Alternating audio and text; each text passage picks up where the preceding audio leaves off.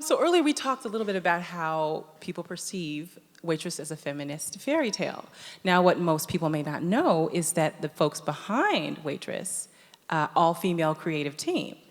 So that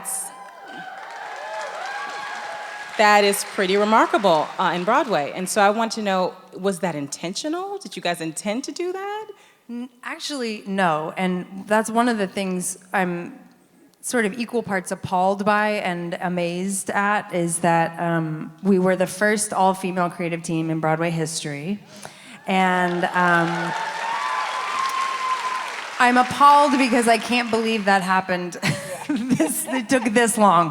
However, I love that it wasn't a casting agenda. It was just organic. It was women working at the top of their field. We came together.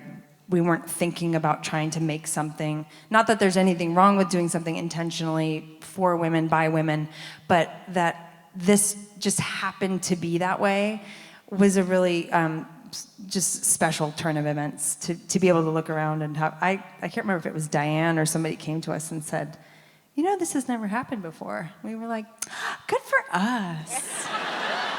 Good job, ladies. Do you think it sends a strong message, and do you think we'll start to see more all-female creative teams on Broadway? I hope so. I mean, what I love about it, I heard Diane say this, and I'm such a deep believer in, you know, what it says to young composers and young directors and young scriptwriters and young choreographers and young music directors, and I want them to be able to imagine themselves everywhere. And so I to all the young composers out there, just if I can be an example of one way it went, you know, we all look for examples of people who are where we want to be.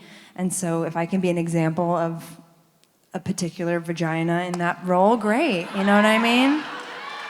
Vaginas can do it too. Yeah. That's the name of your new album, isn't it? That's my new album. Thank you for this segue.